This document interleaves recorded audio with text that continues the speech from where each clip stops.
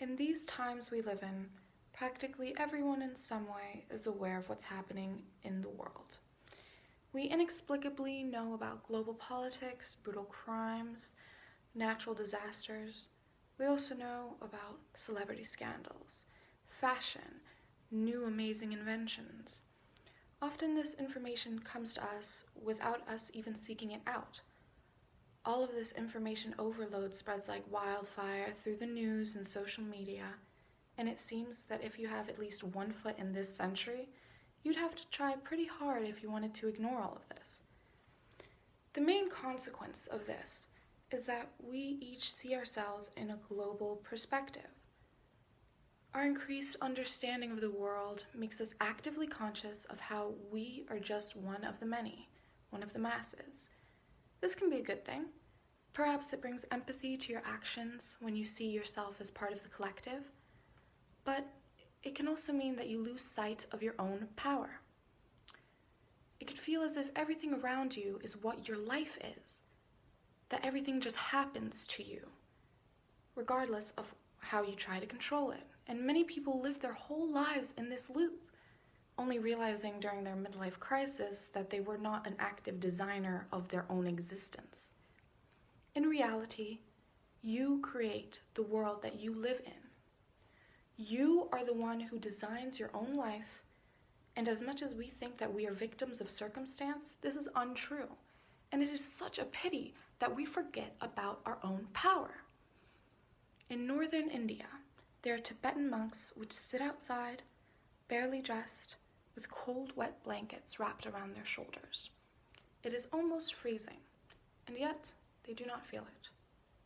In fact, in as little as 1 hour, the blankets are dried through the heat of their body alone. This is not because they have the supernatural ability of controlling the weather. This is because they are able to manage themselves in a way that their body responds to their mind and not their circumstance.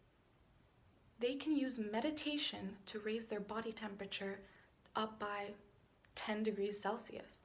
And in this way, they can change themselves in order to ensure that their outside environment doesn't affect them. And this is what my TED Talk is about. So, what is meditation exactly? There are many ways to meditate, and I'm sure a lot of people envision the classic cross-legged pose, fingertips together, eyes closed, chanting Om. And sure, that's one way to do it. But it really can take any form. The basic principle is that you focus your mind on one singular thing, a common subject being your breathing. In for 3, out for 3. We've all heard this before, surely. This is because whether you notice it or not, your brain is constantly multitasking. While you're watching a video, you're thinking of that email you have to write. While you're washing the dishes, you're thinking of what to cook for dinner. While you're listening to your friend, you're thinking of what you saw in the news that morning. The examples are endless. But with meditation, you actively free your mind of any and all thoughts as much as possible, giving your brain a rest. And when your brain is relaxed, thoughts can occur to you unobstructed and you can see things more clearly. This is why by practicing meditation regularly, you are more in tune with yourself and your body. This isn't just conjecture either. It is scientific fact that meditation is mentally stimulating. Ironic considering that you're doing nothing. It strengthens neural connections. It improves cognition and memory, preventing atrophy, and it makes you feel more relaxed, less prone to worry and less prone to fear. So, this is how the Tibetan monks use their minds to change their reality. But, alright, those are Tibetan monks. It's not surprising if you can't identify with them. They dedicate their whole lives to practices which allow themselves to reach enlightenment. And the rest of us, we're more likely to think of the band when we hear the word nirvana. When we think of the monks and their abilities in this context, of course it seems foreign to us. It's so far away from home. They can do the seemingly impossible, but that doesn't really say anything about us or the capabilities of our minds. It just doesn't apply. So let's look at another way to build your reality. Depending on who you are, you may know me or some of my friends. We take an interest in the occult, and when one of us wants something, we try manifesting it. This word often arouses some eye rolling, and the concept itself is often met with skepticism. That's because this word is associated with spirituality, the law of attraction, and the belief that the universe is an entity in itself. It's understandable then that most people lump it together with pseudoscience, such as astrology and ESP and the like.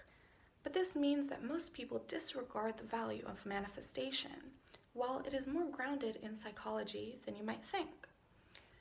In basic terms, manifesting is concentrating on one specific thing, what you want, your intention. You tell yourself that you already have what you want, and you try your best to act like it, to behave like it, while it is more grounded in psychology than you might think. In basic terms, manifesting is concentrating on one specific thing, what you want, your intention. You tell yourself that you already have what you want, and you try your best to act like it, to behave like it. Spiritually, it is said that you attract what you put out into the universe. Scientifically, manifestation is essentially tricking your subconscious. Your subconscious has the potential to be very destructive. Bad thoughts that you have about yourself and your life are liable to seep into your subconscious without you even knowing. If you tell yourself that you hate homework, the next time you're even thinking about homework, your subconscious echoes this thought back to you. And whether you hear it or not, this makes you even less likely to do it than before. This seems simple enough in the example of homework.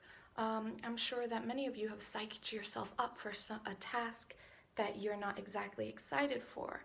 Oh, I love homework, you tell yourself. And on some level, you know that should work. But many fail to apply this to bigger things that they want.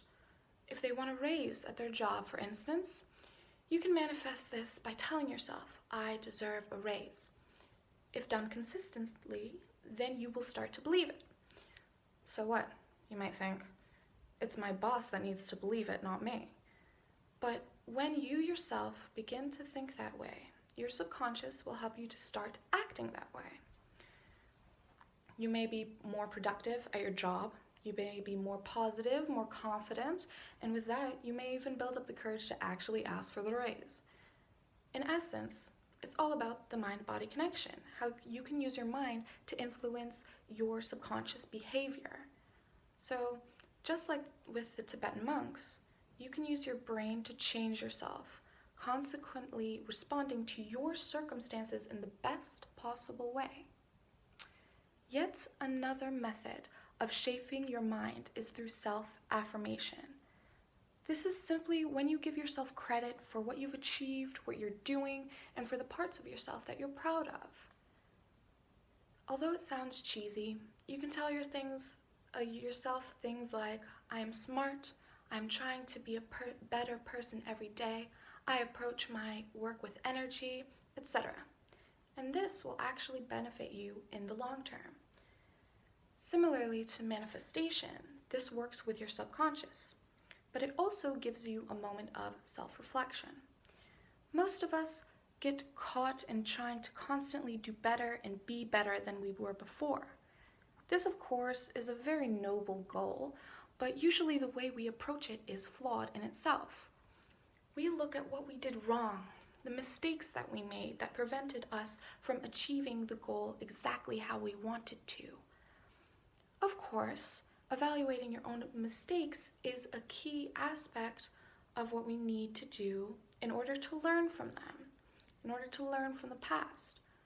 But we also need to appreciate what we've done right, so that we feel good about ourselves, so that we keep up motivation and confidence for the next time we have to approach a task like that. By practicing self-affirmation, you are actually engaging the reward circuits within your brain. And this increases activity in the areas of your brain connected to self-related processing. So this means that you develop your capacity for self-improvement, which everybody needs if they actually want to become a better person and to increase their likelihood of achieving their goals.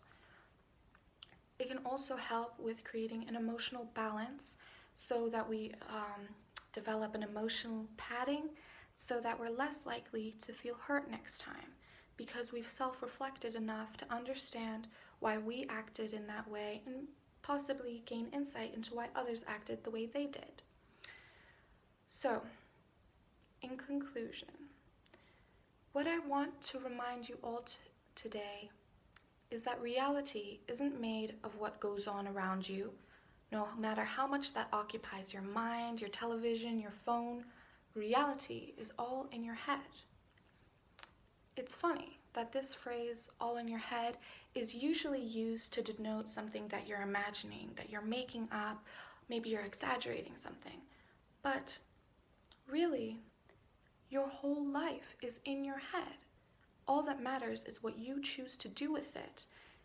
And you have the power to morph your own reality by changing yourself and tapping into the true potential of your own mind, whether this be through meditation, manifestation, affirmations, or any other way that you find fit.